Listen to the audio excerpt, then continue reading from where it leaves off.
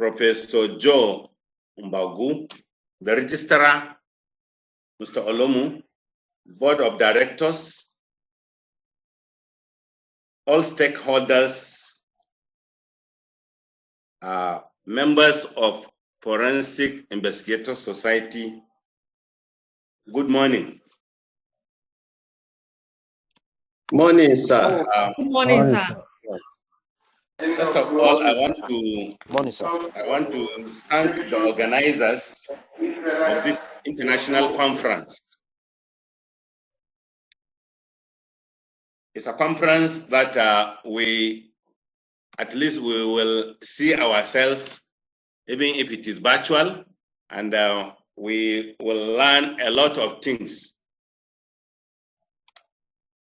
Being a forensic investigators, we need to be educating ourselves.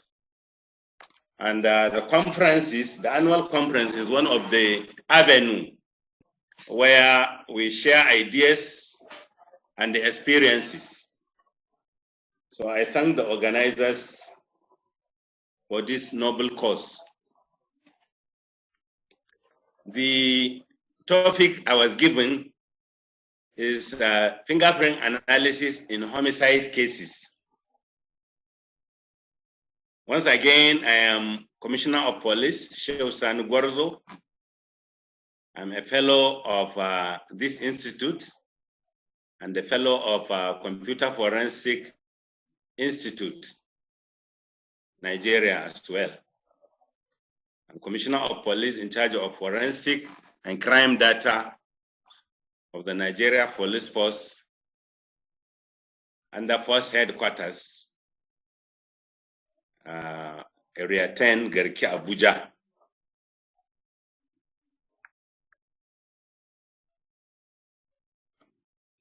Yeah, I have to be using here. No? Okay.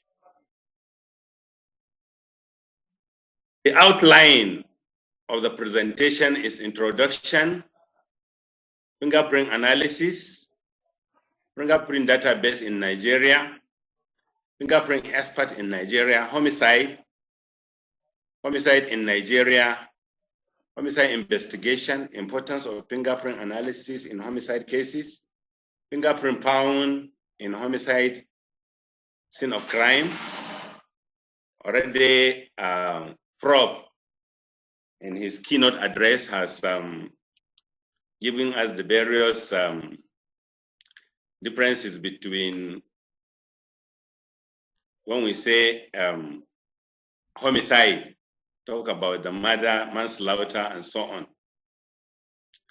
So we have some cases, fingerprint in a murder case, in burglary, and so on. The conclusion was and references. Fingerprint is an impression made by friction ridges of our fingers and our palms, and even the sole of our feet. The persistent ridge characteristic called minutiae of a fingerprint form the basis for its use as unique identifier. No two people have exactly the same fingerprint, not even identical twins that have identical DNA, which Prof has already talked about that. This uniqueness allows fingerprint to be used in all sorts of ways, including for background checks, biometric security, mass disaster identification, and of course in criminal identification, as well as in civil cases. Because sometimes we have cases that are not criminal in nature, maybe disputes on land, or maybe a will in which somebody dies and leave an estate, and in his will, he share how he stated how his estate should be shared among his children and wives. Sometimes there may be some dispute in which some of the children may contest to the sharing. So if there is a fingerprint there, and they approach us, we will request the original fingerprint, possibly maybe from the international passport of the deceased or any source of fingerprint where if they have it, then we compare with the disputed one. General pattern, you see it by the right hand side. I said arc, loop, and wall. They are the general pattern classification of fingerprints. That one we can just classify everybody. Everybody can be classified into about 4 to 5 patterns. And pattern is not a unique identifier. It shows how the ridges are arranged. Some like arcs, some like loops, some like wall, and so on. How we identify a fingerprint, it depends on minutiae, which I mentioned earlier on. Fingerprint analysis involves the examination and comparison of a known fingerprint with a known, just like what I said earlier. In a case of dispute or crime scene officers go to crime scene and they lift a latent print. So if there are suspects already arrested, so the latent print can be compared with the fingerprint of the suspect arrested. If not, then if we can do searching as well on database if available. Comparison.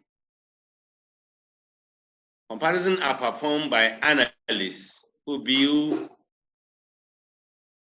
the known and the unknown prints side by side. The analyst compares minutiae characteristics and locations.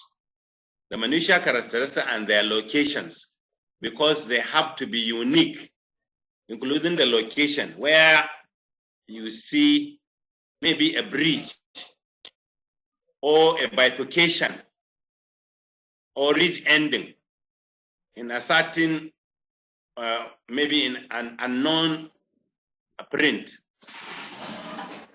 You have to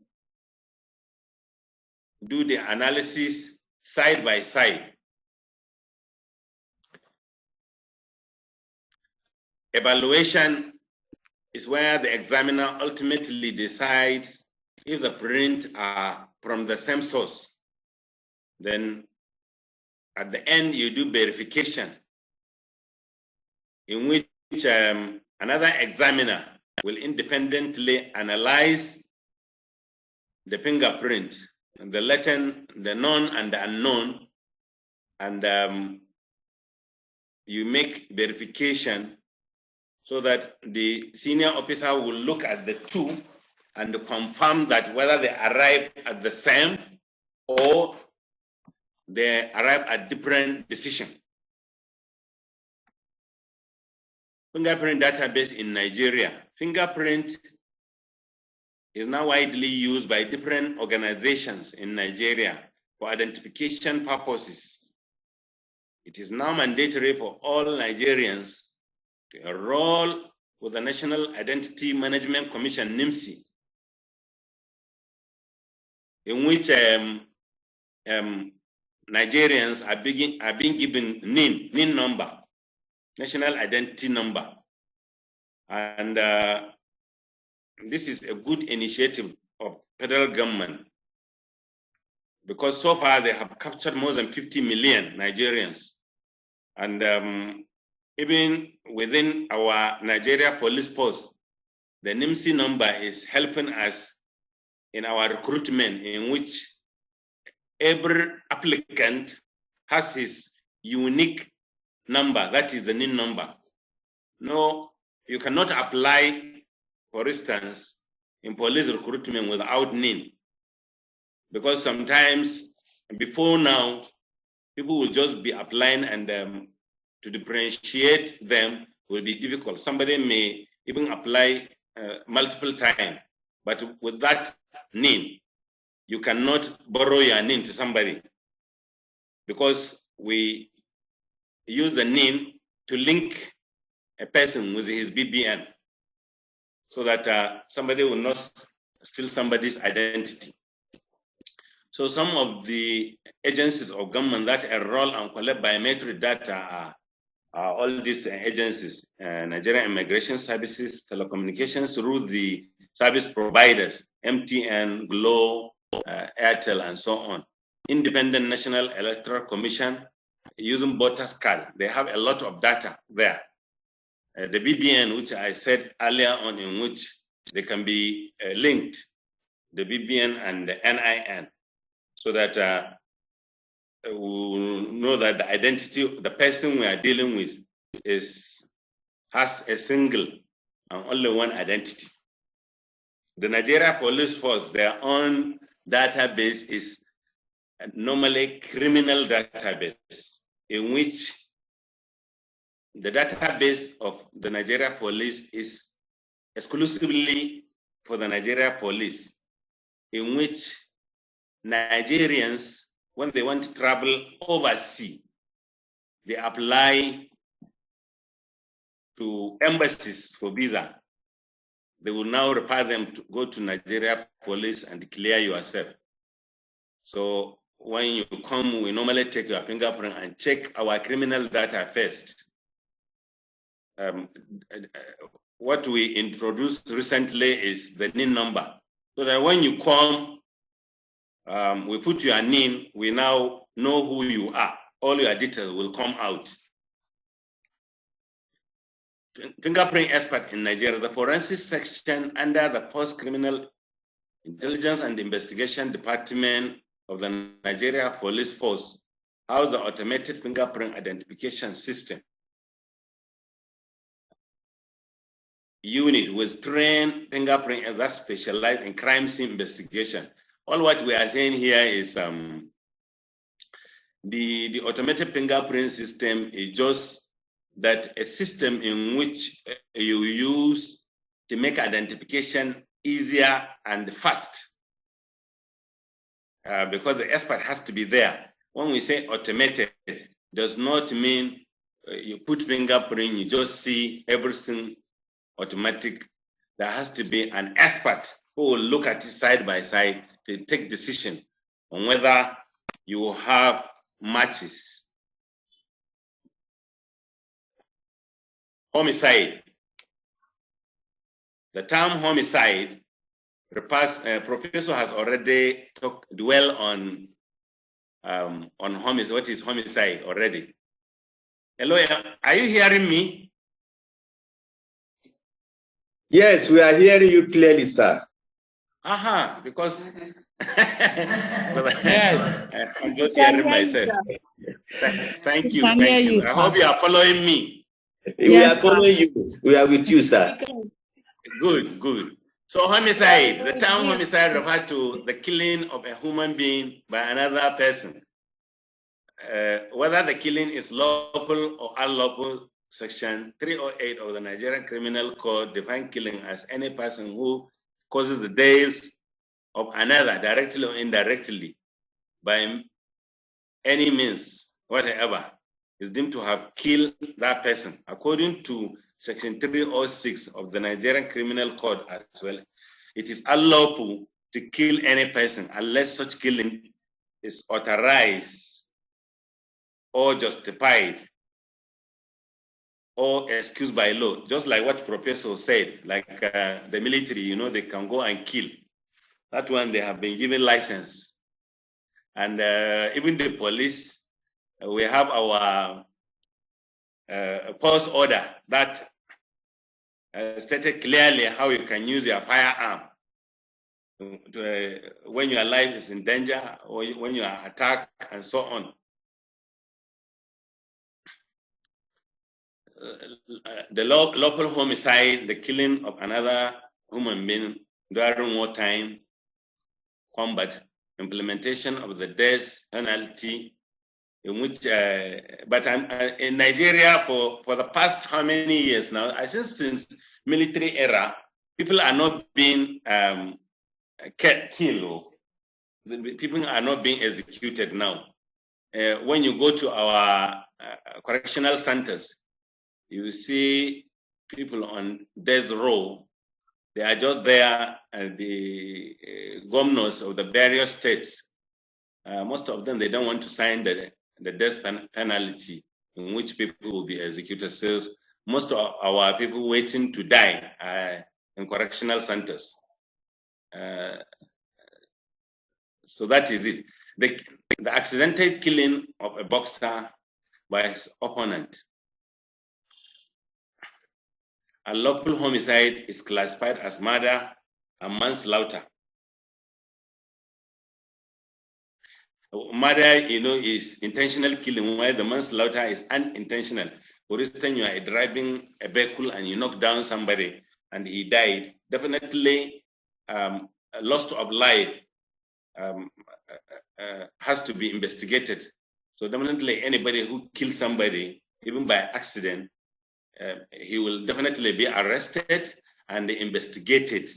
So when it is established that the killing was unintentional, it will be labeled as manslaughter, and the penalty will be less than that of murder. Murder definitely is life for life. Homicide in Nigeria. Homicide is a common cause of unnatural death and an index of level of security of the state, according to ICI 2018, attributed the sharp increase in homicide cases in Nigeria to violent crimes, including kidnapping, armed robbery. You know what is going on now in Nigeria, where nobody is safe. The security situation has worsened. Killings are there everywhere, but the security agencies are trying, to contain it.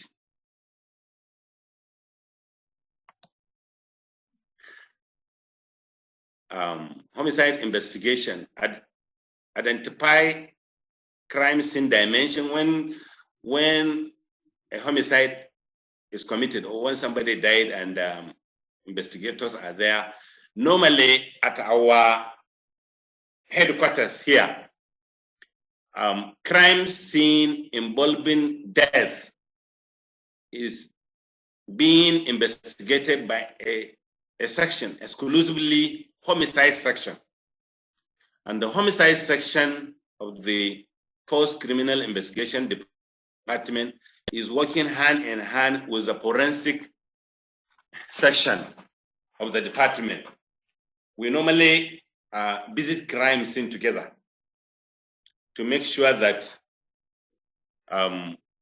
the forensic investigators of the crime scene process the crime scene properly, using the necessary steps to make sure that the crime scene is not contaminated and the necessary evidence is collected. So that is what I think I explained, including primary survey, create plan, and so on.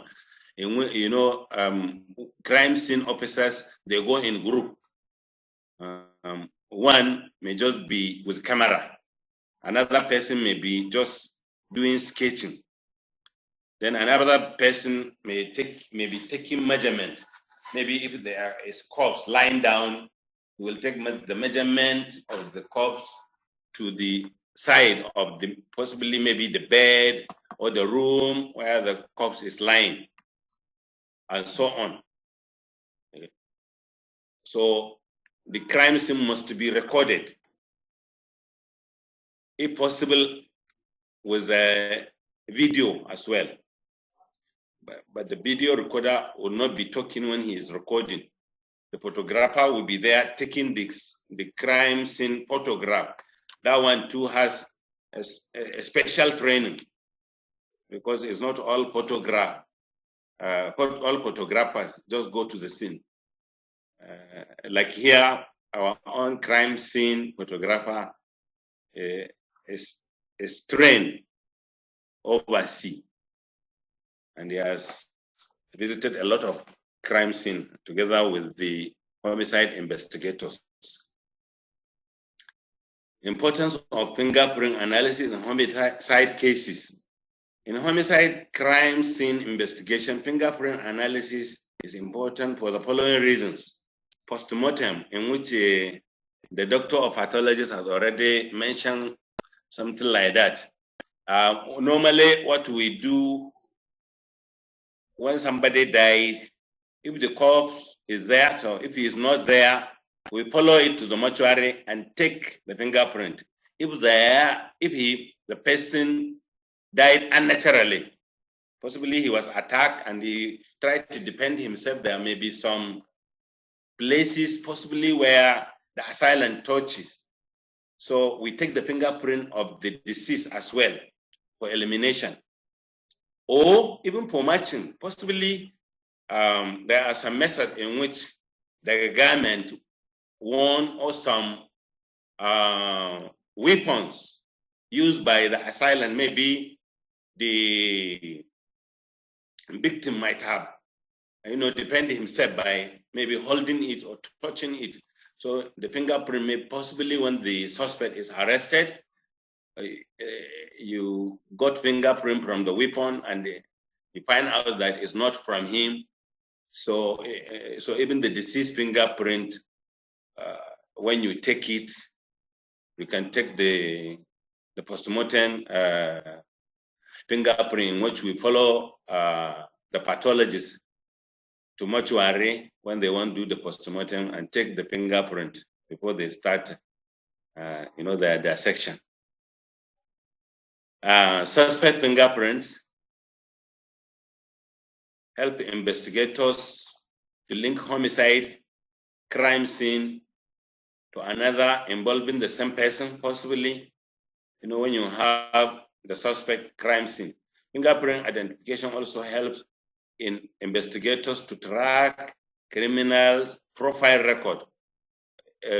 There may be some fingerprints in which at a certain crime scene, you get the fingerprint of the suspect and you keep it. You could not get matching from the suspect arrested. So possibly when you visit another crime scene and you got the latent print as well, you can do matching between latent and suspects. Fingerprint found in homicide scene of crime. There are 3 types of fingerprints which are found in scene of crime: the latent, the patent, and plastic or impressed fingerprints. Everybody knows latent. Latent means invisible, in which we use some chemicals and powders to develop them. The pattern are the one made by dirty hand, or maybe a place where there is blood or grease and so on, or possibly the assailant, while attacking the person, there is blood and he has blood with him, and before he left the scene, he touches some places, so you see some fingerprint with blood. So that kind of blood, fingerprint are called pattern. You don't need to put powder because of the color of the dirt or the blood or the grease or whatever, they are there, visible. It's only the invisible one called latent. You develop using some chemicals to let them be visible to the eye so that you can lift them and make comparison. The third aspect is a place in which a finger or palm are, placed on some items like fresh paint, wax, or soap, or tar. Are you with me? Yes, sir. We are with you, sir. We are with you, sir. We are hearing you. We are with you. Thank you. The crime scene investigator methodically and thoroughly search crime scene for latent print on surface of weapon or tools used to commit a crime, such as gun, knife, plier, screwdriver, tapes, and so on, found at the crime scene. This search is the most important phase of the investigation.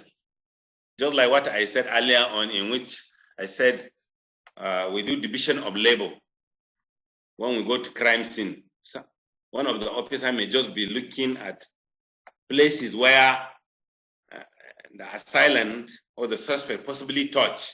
That is where he will be concentrating to be putting powders. You can be putting powder in maybe 10 places. You may be only lucky to see one or two places where the latent print are left. But you have to be assuming possibly he touched here, he touched handle, he touched window pane, he touched glass, and so on. So some of the methods using some tools or equipment for development or enhancement of latent print are using powder, just like what I said, with brushes. There is a method in which we use cyanoacrylate foaming.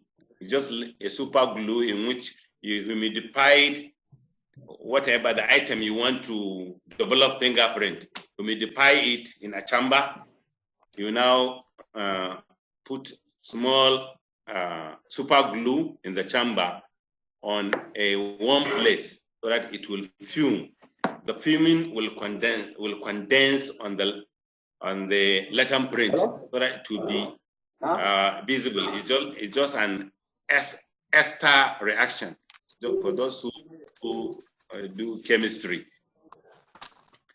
There is another chemical called ninhydrin application in which we use on porous surface like paper. Then when you have a latent print, you use automated fingerprint identification. The FFIS machine system, identification system, is just for it to magnify it. And you can easily do analysis because all the ridges will be out, the minutiae will be out for you to make easy identification and faster.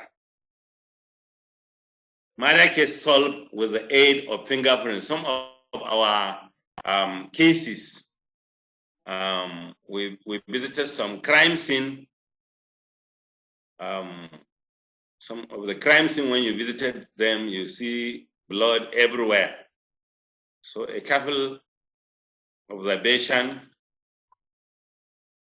will help an expert to see in the blood spatters and smears some print, some of which I already told you that are visible, in which you just put your ruler and photograph.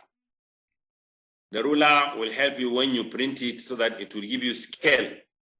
Even when you magnify it, the magnification will go with the rule, with the scale for easy identification. This is a case in Game Village here in Abuja, in which one doctor was killed and he was arrested. And already our officers were there at the crime scene. And when we take his fingerprint, we now found out that the suspect was there. He was the one who killed the deceased. When the perpetrator went to Durumi, where he abandoned the vehicle, police traced him and he was arrested. And that was how we helped them to identify and say, yes, the fingerprint we got at the crime scene is this person. So, and definitely he was convicted. The same case in Mpape here in Abuja. Last year, there was a burglary, and the suspect was identified. We used the CABIS, criminal automated biometric, just like FFIS, but with the addition of criminal. It's just FFIS system. The FFIS system, just like what I said earlier on, it just helps you to make the identification easier and faster.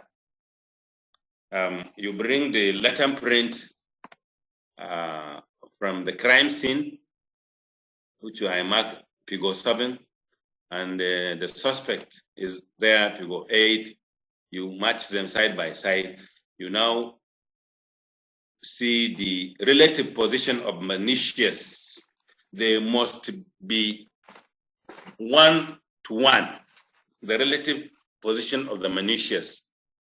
If there is bifurcation in the third reach, there must be bifurcation in the third reach of the suspect print. The relative position of the core, the relative position of the delta, if it is visible at the letter print, must be the same, side-by-side comparison. And when the expert identify it, the second person has to do it for verification. Then finally, the two results will, because they will do it independently, the second person will not be told on the result of the first officer. So when the second person do his examination, the result will be submitted to a senior officer, in which he will look at the two, and the two of them will sit down. We normally sit in a group like a conference, in which everybody, they will ask each officer, how do you arrive at your conclusion? What of you, how do you arrive? Then we come out with one result. So in conclusion, fingerprint evidence has been used to identify suspect and solve crime for more than 100 years. And it remains as an extremely valuable tool for law enforcement agencies in solving homicide and criminal and other civil cases. The 100 years, you know, before the advent of fingerprint, police were using measurement of body of person because of the idea that everybody stopped growing after 20 years. So law enforcement agencies, when they arrest a suspect, they just take his about 20 measurement of maybe hand, his height, his leg, his maybe his stretch, his the head, the face. They will take diagonal side of the face and so on, take about 20 measurements in which they record them. But later they got some people that have the same measurement, some identical twins in America, called the Williams family. So that was when they now realized that the measurement of body cannot be relied upon as an identifier of suspect. That was when the fingerprint analysis started, and they now left the measurement of the body and picked the fingerprint. And up to now, for more than 100 years, no two people have the same fingerprint. Not only two people, no two fingerprints have the same minutiae. To say maybe your palm print and the index fingers have the same malicious? No, it has not been found. So that is why security agencies, they rely on it as a tool for identification.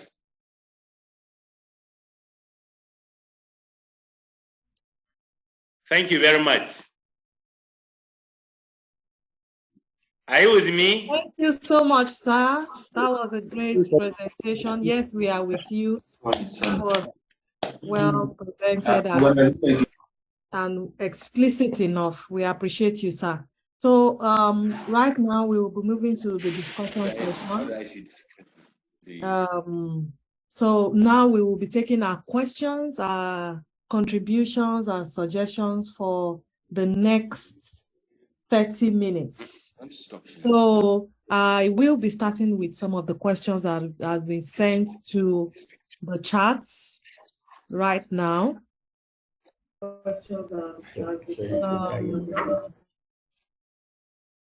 Okay, so hello. Are you hearing me? Yes, we can hear you. Sir. Yes, I just want to contribute to the paper. Okay. The first paper presented. Hello?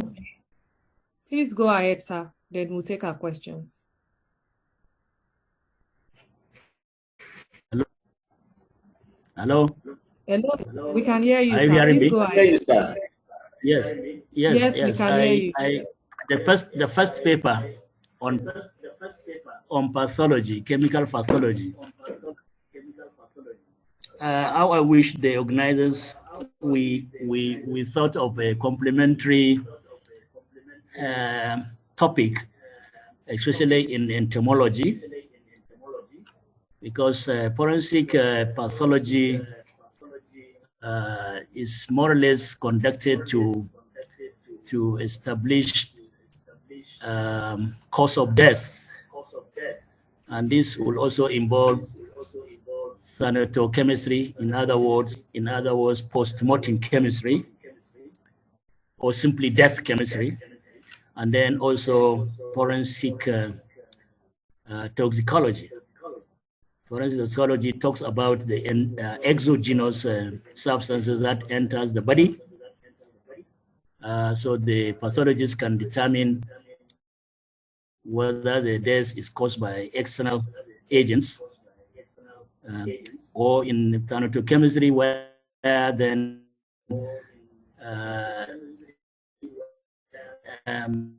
the pathologists talk about the endogenous parameters to determine cause of death. And then the first paper actually talk about entomology, which is normally conducted to determine how long the death. Hello? Okay. You can go ahead. So how I wish we have a paper also on entomology. This will definitely complement all the things we talk about forensic investigation on homicide, because the homicide case, as you said, already is using the DNA profiling, which we have said that it has to use the database, which will be very quickly to identify the culprit. But we can extend the investigation further to even know what is the cause of the death, and then how long the dead person is dead. So I think it's very important. We had a paper on entomology to have complete the story about homicide, forensic identification. Thank you very much. Thank you so much, sir, for that. I'll be taking some questions from the chat. We have a question from Mr. Shola Yusuf, which says, how Okay, I think this question is directed to Professor Professor Saleh Idris. Professor Saleh Idris, are you still, Dr. Saleh Idris, are you still online?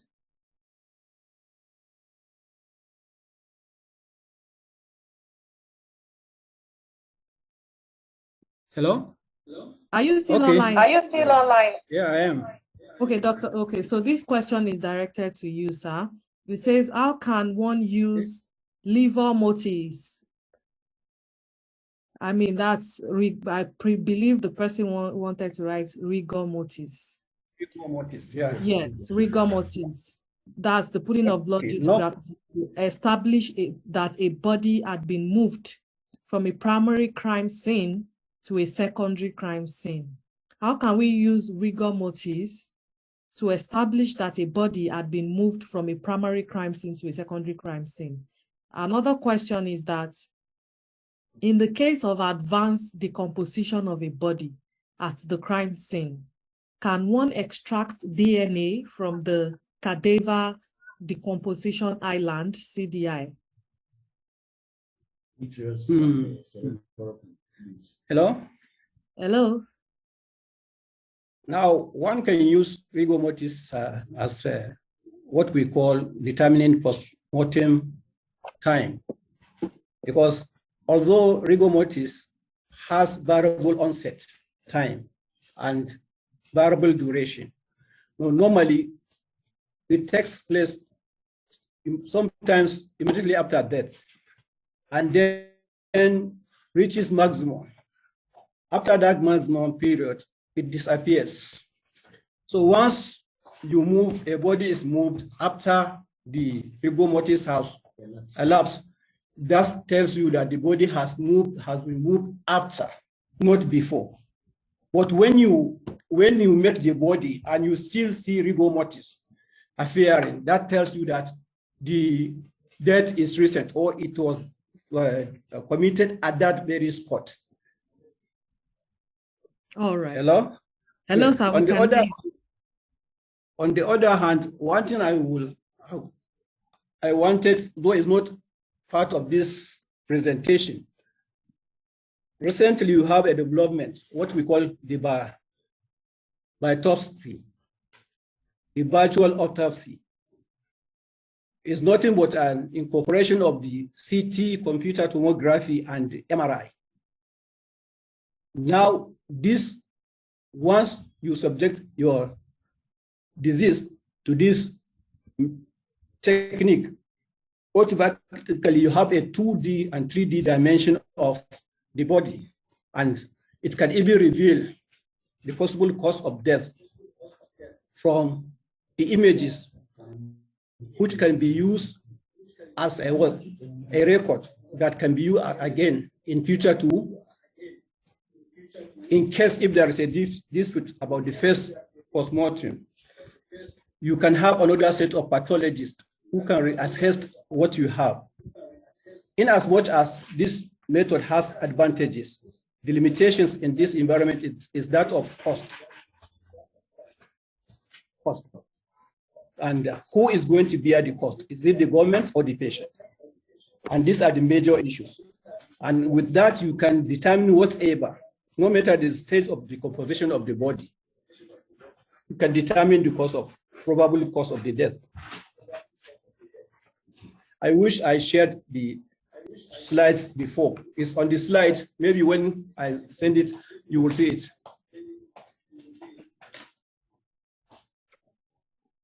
All right. Thank you so much for that, sir. Do we have anyone that wants to ask more questions? Yes, please. Can I be allowed? Yes, please. Can I be allowed to say something?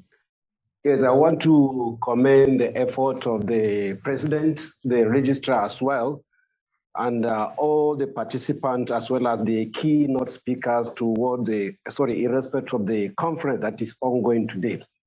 Now, my comment has to do with, my understanding rather, from the previous presentations, in respect of the one made by Dr. Sade Idris, who has actually taken a look at the medical perspective from the medical investigation of homicide cases, and now just opposing it with that of the CP Shehu Gwarzo, who is our Oga as well.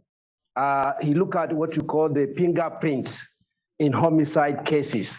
Now, he specifically, if I got him very well, sir, that at the force headquarters, or rather, yes, in Abuja, there is a specific unit that is in charge of homicide, in investigation of homicide cases. And like he rightly observed, most of the people, some of the people there, or the officers are trained investigators.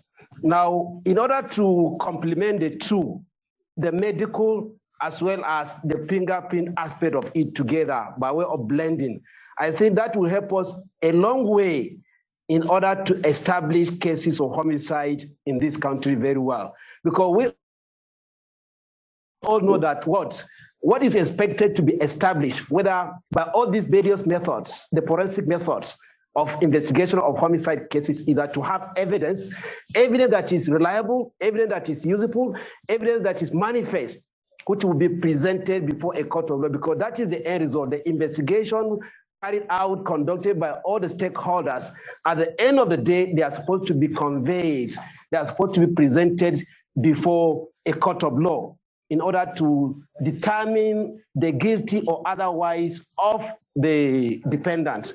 So in that respect, I'm suggesting, because I'm not sure, Oga CP Sani, whether your unit, the homicide unit, at the various police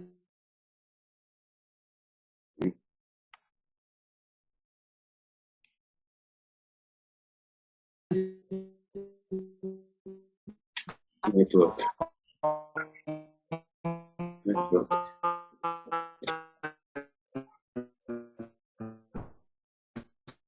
Wow. Since the network went bad. The units, the red. Oh God, sorry. Are you with me? Please go back like 3 to 4 sentences behind. I mean, we lost you at some point. Hello, am I audible? Yes, we can hear you now. We can hear you now. Hello? Okay, yes, sorry for the network disruption. I think somebody was trying. Thank you very much.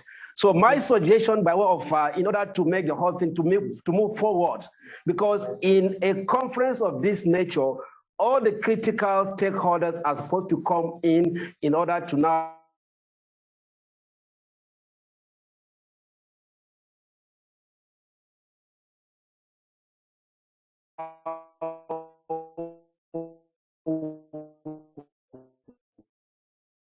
understanding and synergy with the medical pathologists, so that even at the point of investigation, you don't just send a police expert who is a photographer, or you don't just send a police expert as a rapid response team, but rather what is a complaint or a report of suspicious cases or homicide cases, murder or murder or whatever the kind of homicide cases may be. I think they should have a synergy, they should have a collaboration to go with the medical team. That will help immensely toward the successful conduct of the investigation. Thank you very much. That is my observation so far.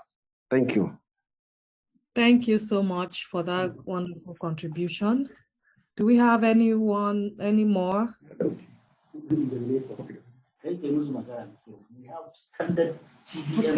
I have a question here. It says,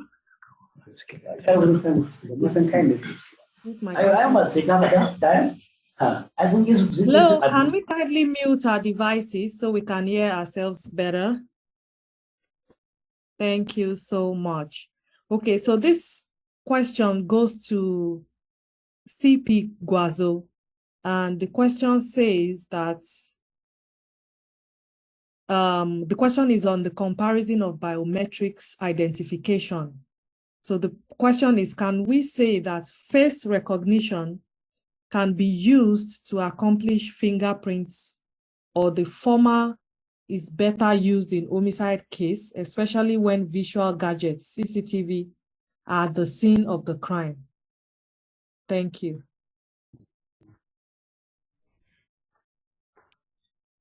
CP Shehu Gwarzo, are you still online? Yes, I am. Okay, sir. Hello? Did you get the question? No. Okay.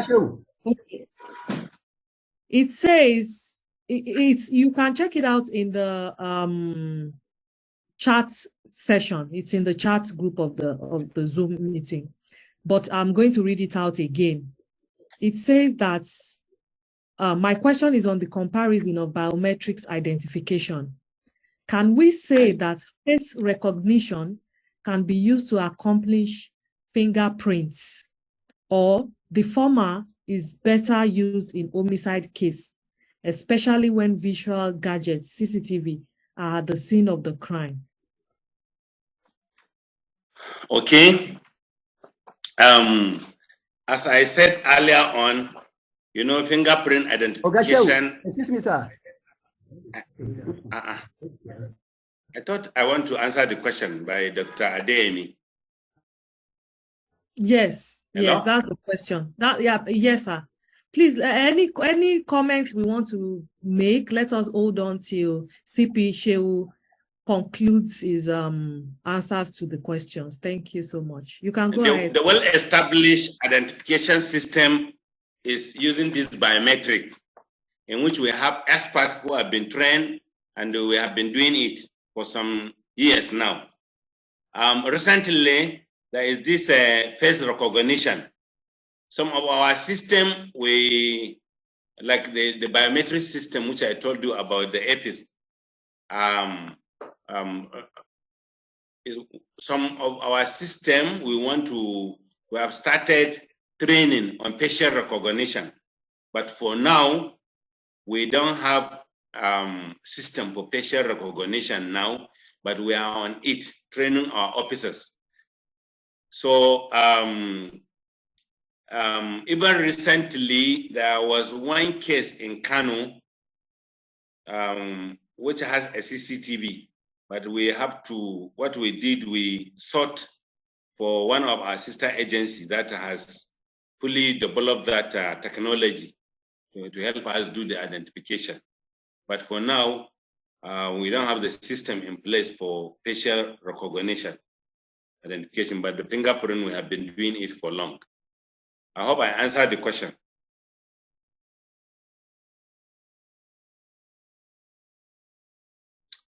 He's asking whether which one is better. Fingerprint is better, of course, than the facial recognition.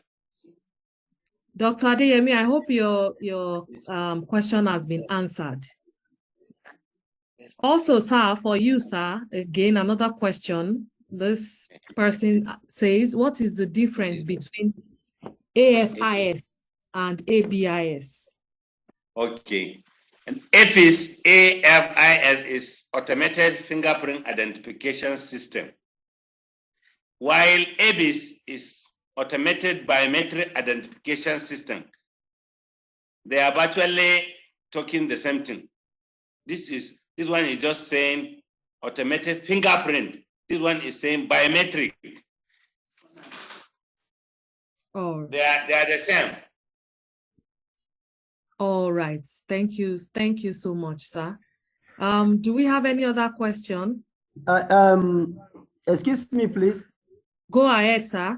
My name is Muhammad Aminu Garba, Director, ICT, Nigerian Police Academy, Udil Kano. Oga Shehu.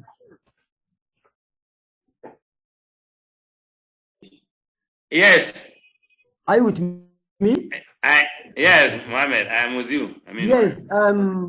In addition to what you said, sir, and at Nigerian Police Academy, Udil, we have something like facial recognition techniques that will automatically capture your retinal biodata, including your fingerprint, your NIN, your BVN that has been indexed into our database Whenever you come into police academy, you may be tagged west, based on the colors.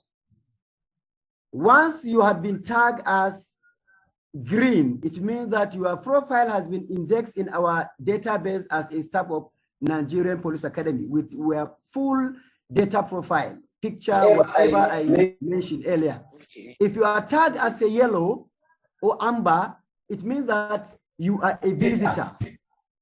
From the reception, you are to be captured. All of your data profile has to be captured as a visitor with a lease time and tagged as an amber color, meaning yellow. If you are time that you are leased on, it elapses, it will tag you as a red. The red color means you are an intruder or you are a person that your database or your profile has not been indexed in our database, meaning a smart environment using a facial recognition techniques. So we have gone that far for the information of participant, please.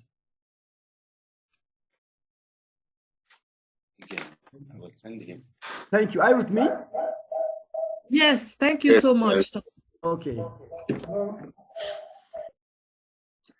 CP Shehu Gwarzo, do you want to make any comments? All right.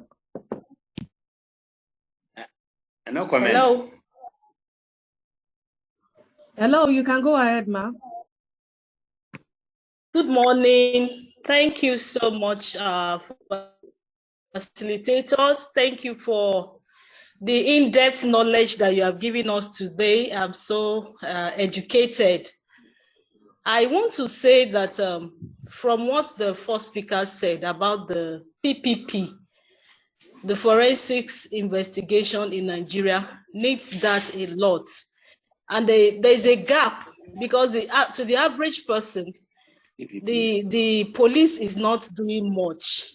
And then while you have a lot of people maybe probably waiting on the death row, is that while the law is looking at proof beyond reasonable doubt, meaning that if someone has to face death sentence, the exactitude of proof, it should be beyond reasonable doubt.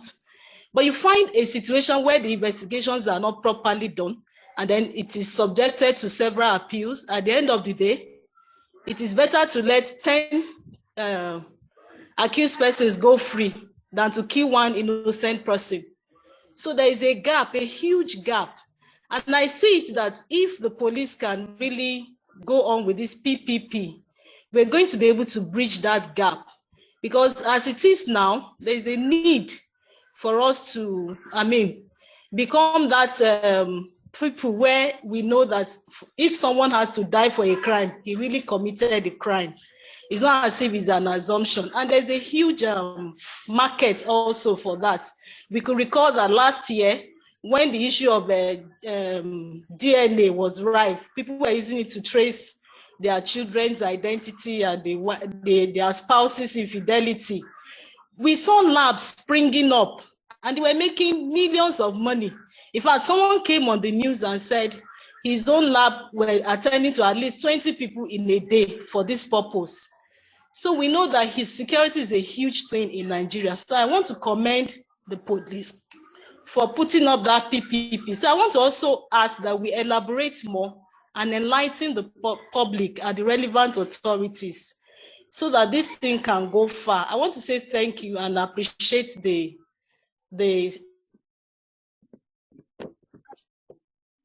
Thank you so much, ma'am. Society for putting up this. Thank you so much, ma'am. Do we have any other suggestions, contributions, or comments that we would like to make? Good morning, sir. Yeah, my name is Richard Madin. My area that I want to, the area I want to mention is about, I think there's a lot of difference between iris identification and facial identification. Like the CP said the other time, about discovering the facials it's possible for you to have two or more, two facial, person of the same face in terms of the structure. Now, that is if we are referring to the identical twins. But the iris has a trait which varies from person to person. I think the iris can be used much better than the facial, as well as the fingerprints, as explained to us by the CP. Thank you very much. That's just my little contribution. That is not to. The senders is juries at his back. Thank you so much, sir, for that. No, any other comments or questions, contributions, or clarifications that we might have? Hello. Hello, sir. Hello. Hello. Yes, sir. My name is Dr. Adieni. Yeah, I want to agree with the person that spoke before this last contributor. I think it will be better for us. I'm referring to the response of CP Gwarzo, my big guy on top. Yeah, I want to believe that we can still do more things to annex or synchronize these biometrics features. Because like the facial recognition, the iris, and the fingerprint, all these, even the footprint, can still be synchronized together so that when anybody is being identified holistically on the database, it won't just be a fingerprint alone that is going to be in use. Once it is being identified, we know there are various portions of the faces that can actually bring out the features of an identified person. But once we synchronize all this in a particular database, it will be very unique and very easy for investigators to fall back on and come out with a vital evidence. Thank you very much. Thank you very much, sir, for that. Thank you for that wonderful contribution. Do we have any more contribution, any more suggestions? Okay, I can see some questions coming in. Okay. Okay, so I don't know who you are directing this question to, but I think I'll just put it to the house. This question says that, how can we identify a suspect of a homicide case who at the time of the crime masked his face, wore gloves in his hands, and boots on his feet just to prevent himself from being known or detected? I mean, he has done everything to leave no vital evidence behind.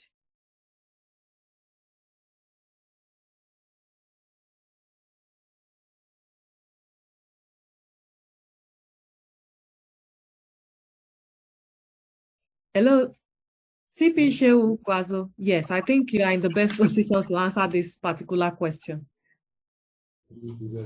Come again, please. Sorry. Okay. It says... how can you identify a suspect or homicide case who at the time of the crime masked his face, wore glove in his hand and boot on his feet, just to prevent himself from being known or detected?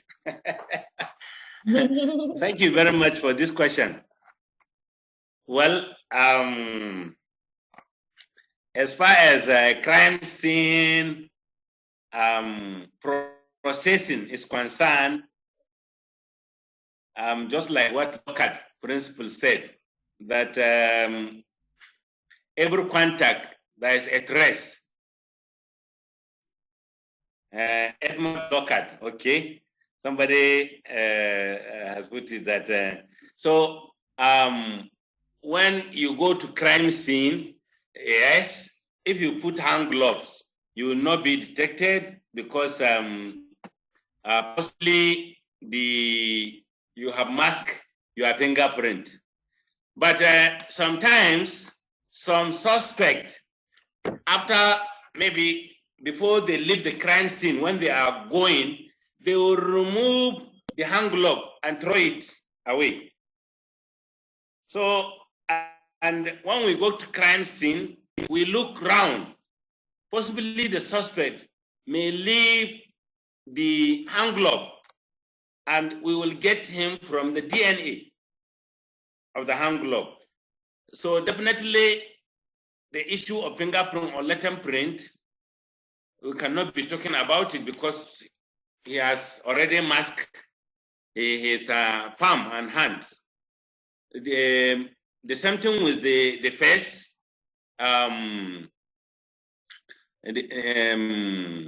If he masks his face, the iris somebody talk about. So we don't have the technology yet, but there are, though Aminu said they have the technology in Wudil, so definitely we will be reaching out to them. The iris recognition, even when you mask yourself, your eyes are there, and I believe it can catch you up. So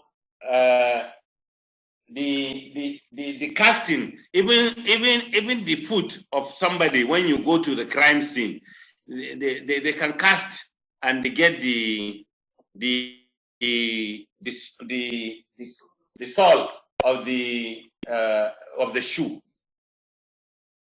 which if the suspect is arrested, definitely you can make comparison and make matching.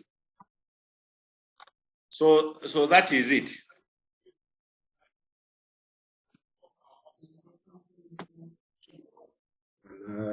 Close my wearing eyes. Your question is actually. Hello? Thank you so much. Let me add to what Barrister Miyaki said. All right, sir. Okay. The forensic pathologist does not work in isolation. Yes, he works along with the police and other forensic specialists, the entomologist, the odontologist, the botanist, the DNA specialist, and what have you. It's only the case that defines which of these specialty will be utilized. So it's not a one-handed affair, pathologist only. The case determines if other experts will be called in. It's a team. Hello? Hello? We can hear you, sir. Okay. I hope you heard what I said before. I said the yes. Yes, we can hear you, sir. Okay. The forensic pathologist does not work in isolation. He works with the police and other forensic specialists, the toxicologist, the ontologist, the biologist, and all other specialists. It's only the situation of the case that will call for a particular specialist. If it is a case of poisoning, definitely the toxicologist will come in. If it is case of detection, body that has decayed, it's only the skeletal remains that you have. You call the what? The anthropologist to what? To detect whether that bone remains is from human, and if it is from human, which particular race. And again, about this masking of the face and what, remember we said you also take scrapings of the diseased hand.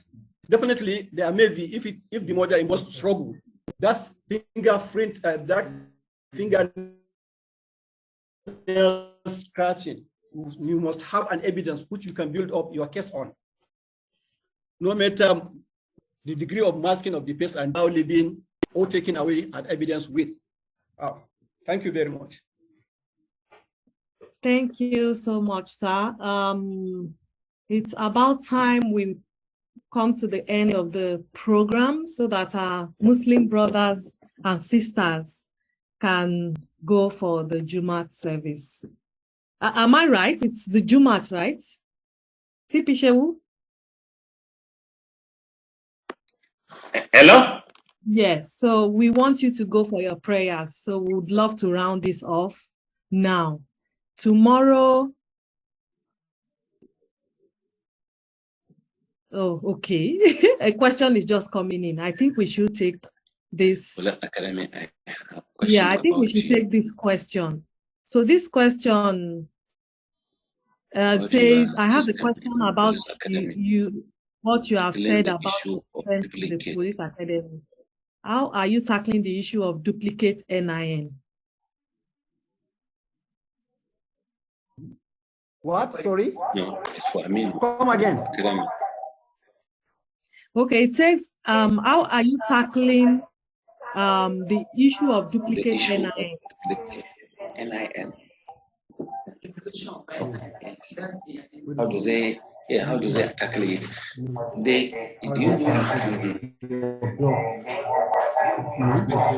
Hello? I don't know. Let me come in. Okay, sir. Okay, Aminu is here. Because NIN, you cannot have to. Hello. I was going to ask, I don't think, I don't know, maybe it has happened. I don't know if people have two NIN. I don't know how possible. And that is what I want to say. You know, I talk about police recruitment in which we have handshake with NIMSI. So anybody applying for police to be recruited as a policeman, you go online, the first thing you will put is your NIN number. When you put your number, there is no way you will have duplicate NIN number. Everybody has a unique number. So when you put it, your information will come, then the system will allow you log in and put your data for the application for the recruitment. So the issue of having duplicate NIN is not there. Every Nigerian has one NIN number. I don't know whether I answered the question. Yes. Mr. Block you.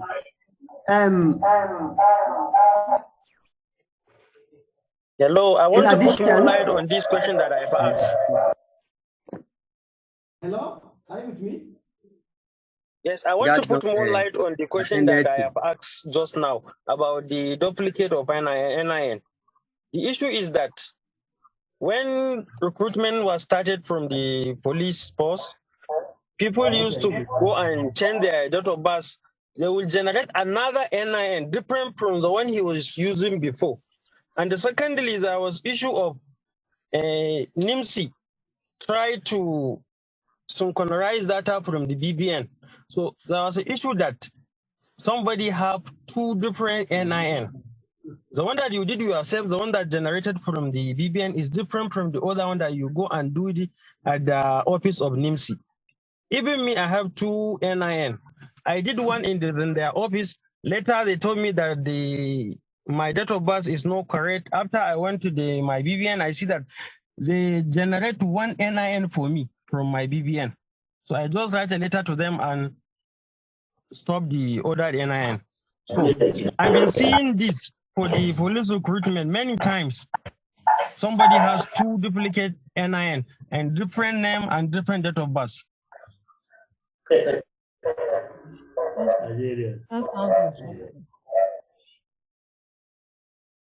All what I know concerning change of date of birth is that when you want to change your date of birth, you apply to NIMSI.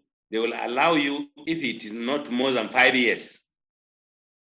For instance, you are 20 years, and or rather you are 26. Then you now say no, you are 20.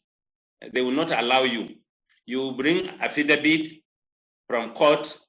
The reduction or the increase of the years should not be more than 5 years. That is what NIMSI is using to change somebody's age. Wow.